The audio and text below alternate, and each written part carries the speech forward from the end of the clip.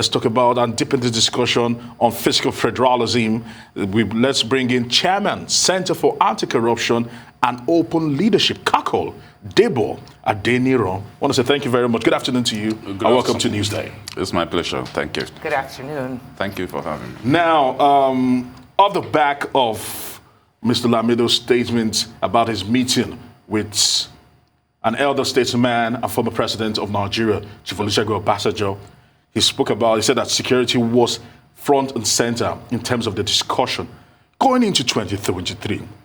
How is security going to be the defining factor for those who want to vie for the highest office in the land? Thank you very much. It's going to be one of the defining factors. It's not going to be the main defining factors. Okay. The main defining factor will be how to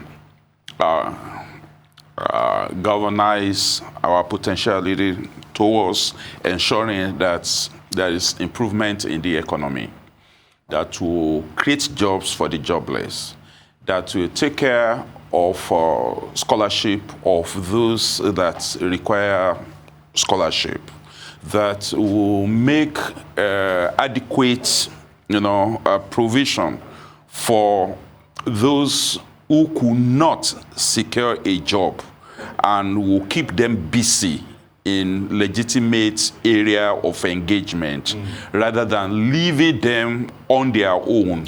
So what we should face more is how to even diversify the economy the more. We should focus less on petroleum because it's getting out of fashion. We should allow farmers to go back to their farms. We should allow utilities to be readily available for the people. There should be power supply. There should be energy. There should be drinkable water. There should be healthcare delivery for the people. Let people be healthy. Don't make things difficult for the people. If you make doing the right thing difficult for the people, you are going to make doing the wrong thing attractive to them. That is basically on economy. You cannot tackle security problem issues without tackling economic issues. What led to the viability of violent crimes in Nigeria is idleness of the willing hands to get engaged.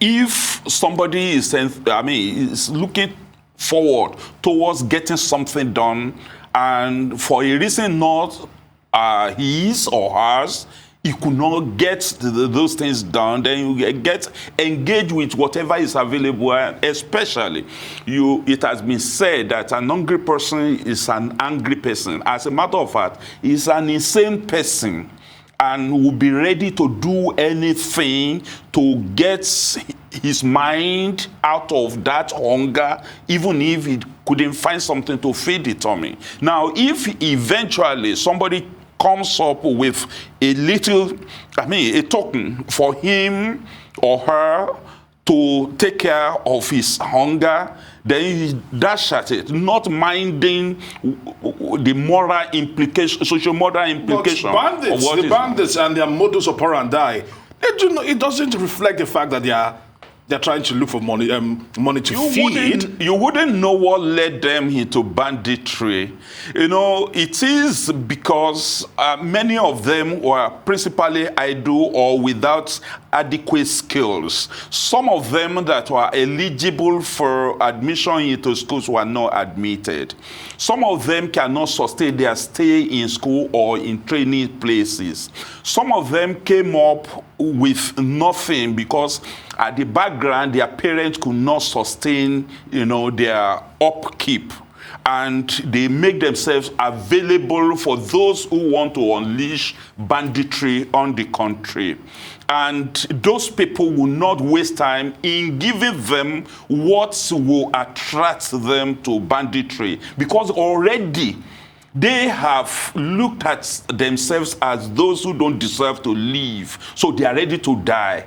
And instead of committing direct suicide, they were ready to be used by those who don't wish this country well, to bring down the polity. So they make themselves willing tool in the hands of unscrupulous elements that will not want the country to move forward.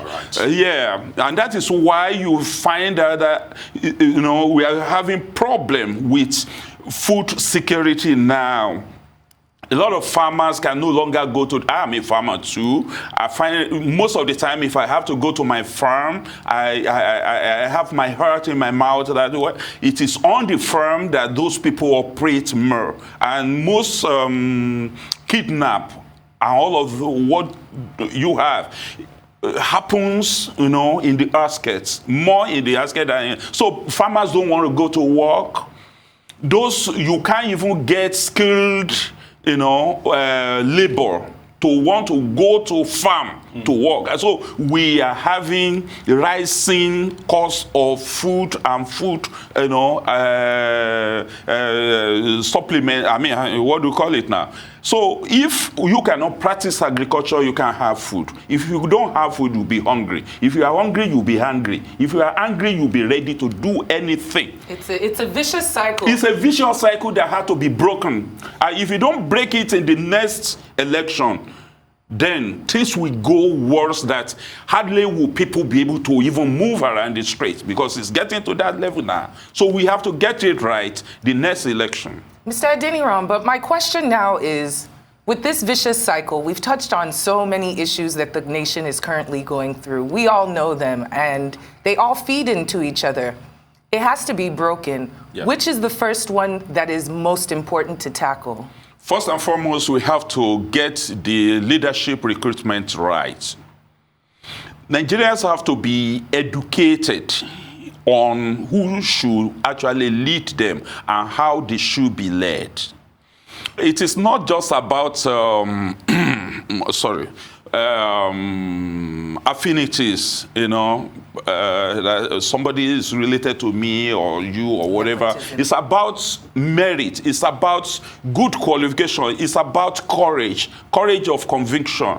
It's about ability to carry out tasks. It's about courage to stand by policies that will move, the economy, the government forward, governance forward.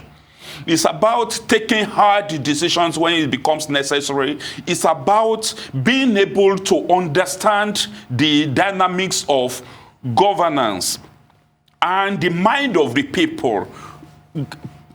Pierce into the mind of the people, read what they actually desire, implement those policies that we meet those desires. If you do that, you are going to get the public will that you need to have, a successful governance. And if once you succeeded in getting people to believe in you, in your leadership, you carry people along, you let them be, you run a participatory governance, and people are able to make contributions to it, and people see that you are implementing pro-people policies and agendas and programs. Definitely everybody will want to cooperate. Now, if there are detractors anywhere, the quality they see in you as a leader will actually distract the detractors.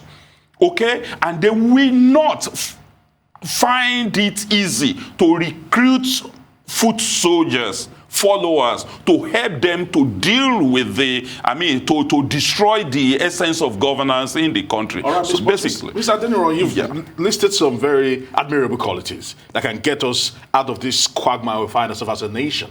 But my first question to you will be... Second?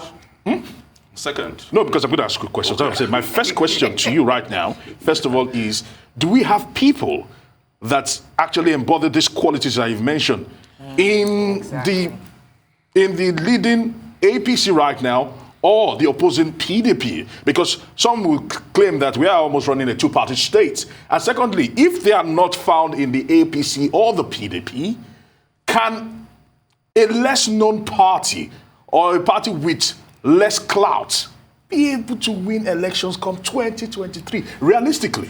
It's a very good question. Thank you very much. You see, there are so many people that are qualified to run the affairs of this country successfully. But then they have to participate in electoral process. And you cannot participate in electoral process if you don't belong to a political party.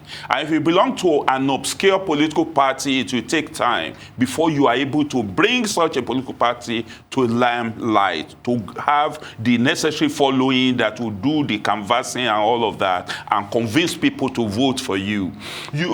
So if we find ourselves in this situation, it means that we need somebody, because we are in a state of urgency, not emergency. Okay, that we have to urgently recruit the credible leadership that will salvage this country from the present quagmire. We have to look at what is wrong with the system before now. We have to eliminate all of those things that are wrong. And what have people complained about? They say all of those people who have military background want to use the same military tactics to weigh us down or to lead us by the nose. And they trample upon our rights. They trample upon democratic ethos. All of these have to be eliminated in the new vision that we should implement. And that is why we have to look at somebody who had performed, who had the opportunity of performing at one level or the other. At the level of leadership, we have a couple of them. Remember, if you allow me, the last time that is the first tenure of the present administration, when the president had to travel for medical care and stays for so long, somebody actually stood in for him. And that person implemented a couple of programs and agenda that actually warmed him into the mind of the people, because people were yearning for a new policy direction. And when this gentleman came, had the opportunity of staying, I'm talking about the present vice president, if you don't mind. I'm sorry. You don't want me to mention it? No, we know. Okay. We know So because I don't have to kind of begin to shy away from the reality. Because if we have to recruit somebody very fresh, where will you say he has his cognate, experience from? If somebody had not been in government at the level of federal executive before and has not distinguished himself in his professional calling and has not even come up with, a kind of skill, capacity, courage, and all of that, then how will you be able to convince people that this fellow will grow overnight? To the level of implementing the pro-people agenda that will change the polity for the better. So basically, I'm talking about the present vice president. I don't care whether he came from anybody's background or somebody says... All right. Mr. Anywhere he comes, the quality and the capacity. I'm so sorry to interrupt you. This is such a great conversation we're having, but we've run out of time. Thank you so much for joining us this afternoon. Debo Adeniran, Chairman of the Center for Anti-Corruption. Okay. Yeah, thank you so much. All right.